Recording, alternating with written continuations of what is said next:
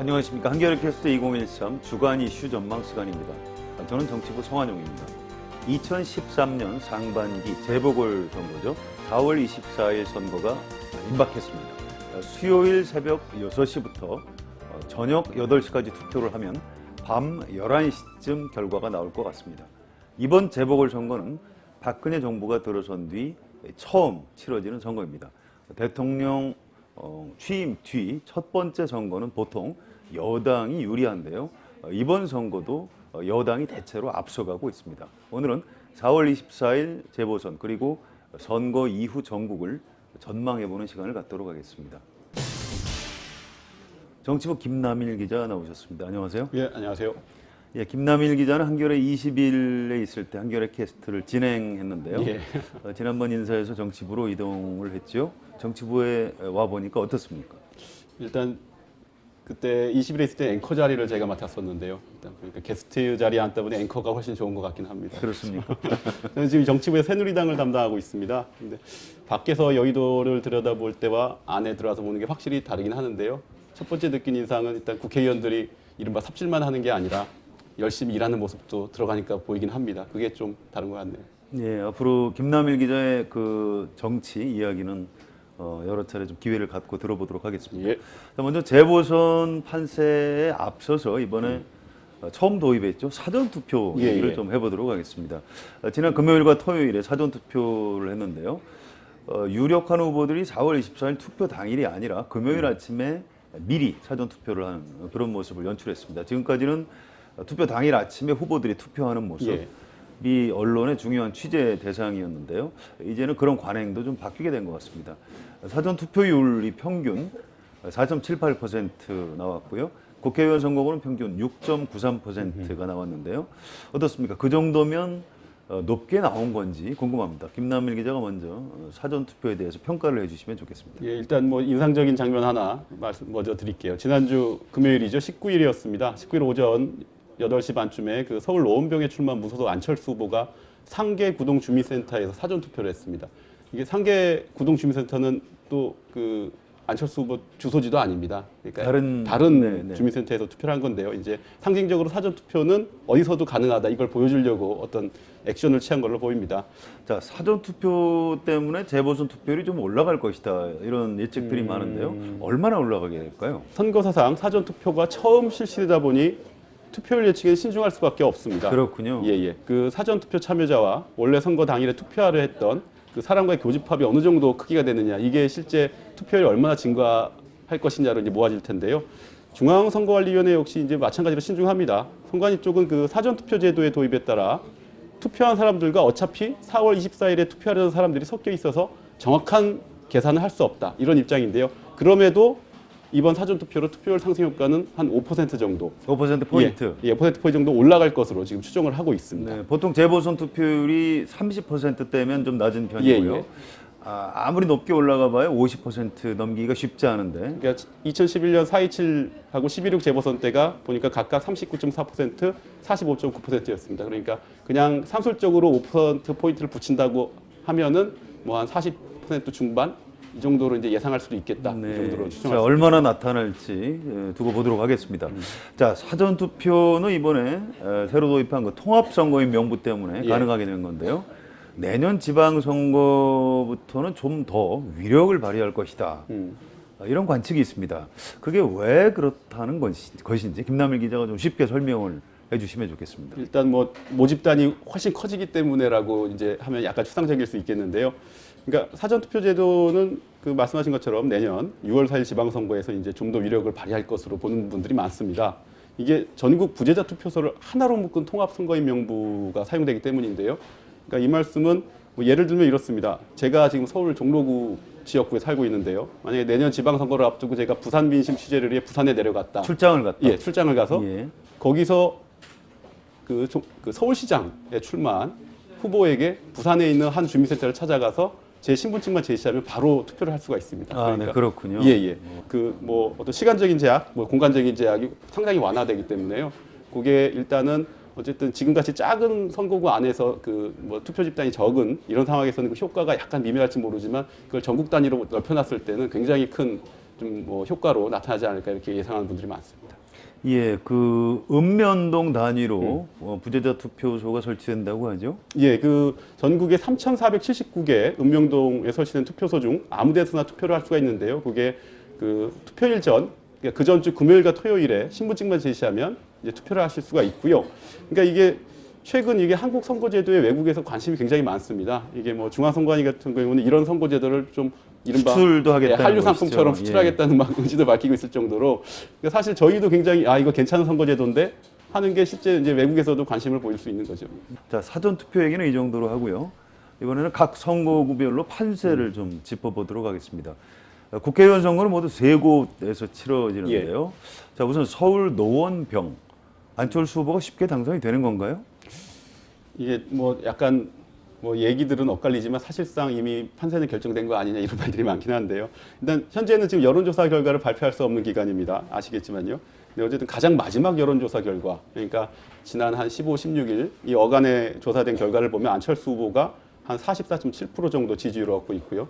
반면 이제 새누리당 허준영 후보가 29.6%를 얻고 있습니다. 오차 범위를 계산해도 이미 많이 벌어져 상당히 있군요. 벌어져 있고 이때 실제 그 지난번 총선 때 허준영 후보가 출마해서 거의 39.8%를 이 지역에서 얻었으니까요.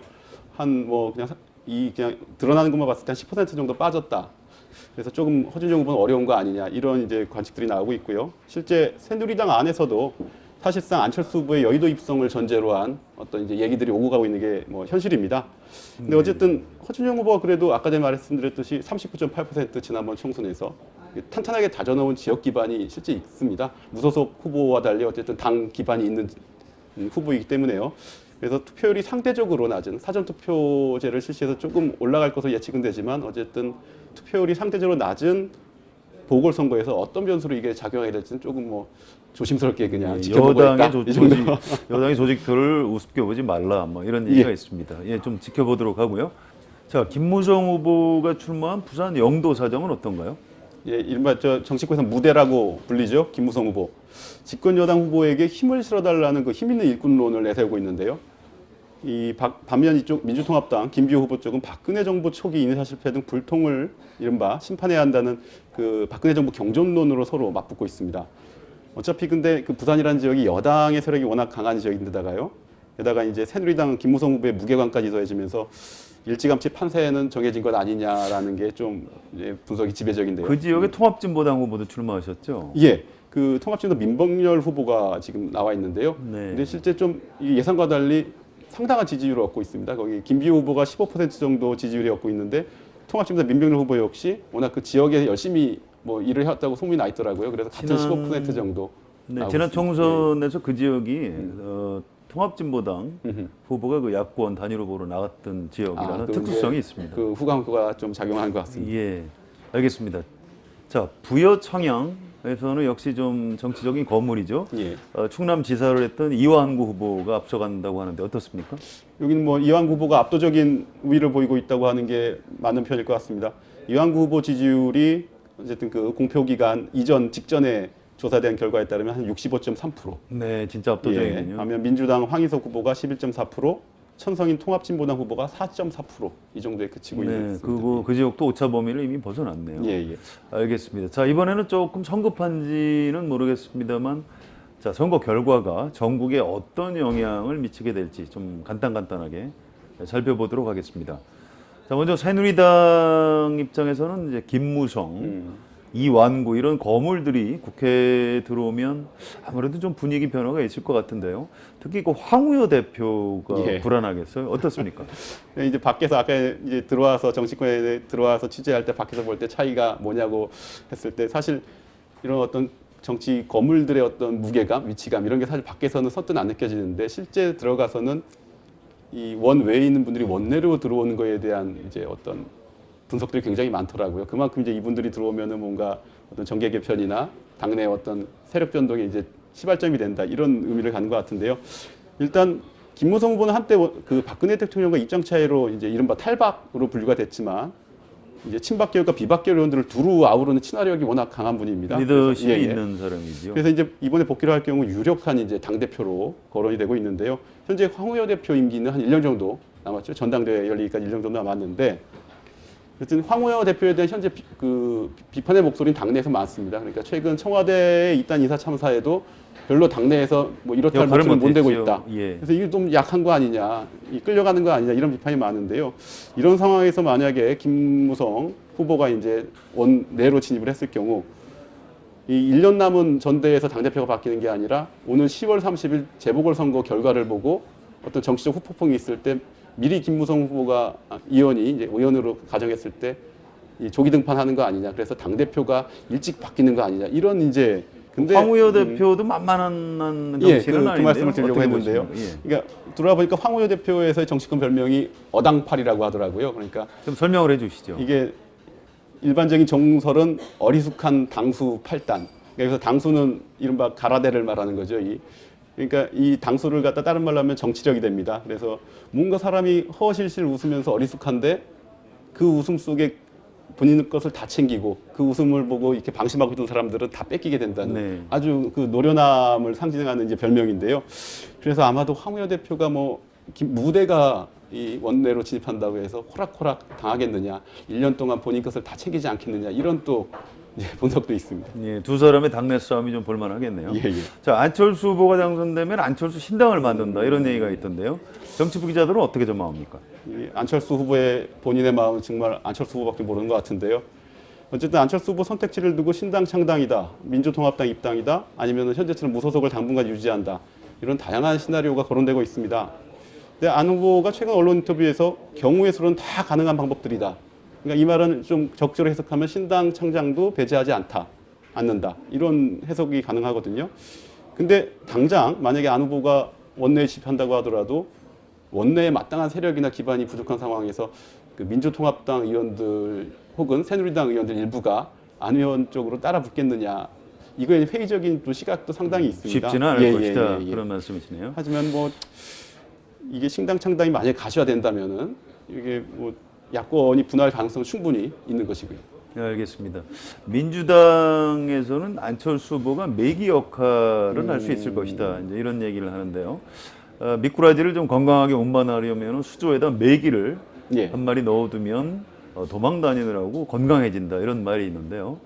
자, 안철수 후보가 앞으로 전국에서 어떤 역할을 할지 좀 지켜봐야 될 것 같습니다. 저는 개인적으로 이번 재보궐선거를 지켜보면서 진보 정당 후보들의 분투하는 모습이 좀 안쓰럽고 그렇던데요. 자, 아무래도 진보 정당 후보가 당선되기는 어렵겠죠. 어떻게 보십니까? 그러니까 이제 큰 국회의원 뭐 재보궐선거나 아니면 기초단체 선거에서는 조금 어려운 게 지금 현실적으로 보이고 있는데요. 대신에 조금 눈을 낮춰서 구의원 선거나 이런 쪽으로 봤을 때는 일부 희망의 싹이 보이긴 합니다.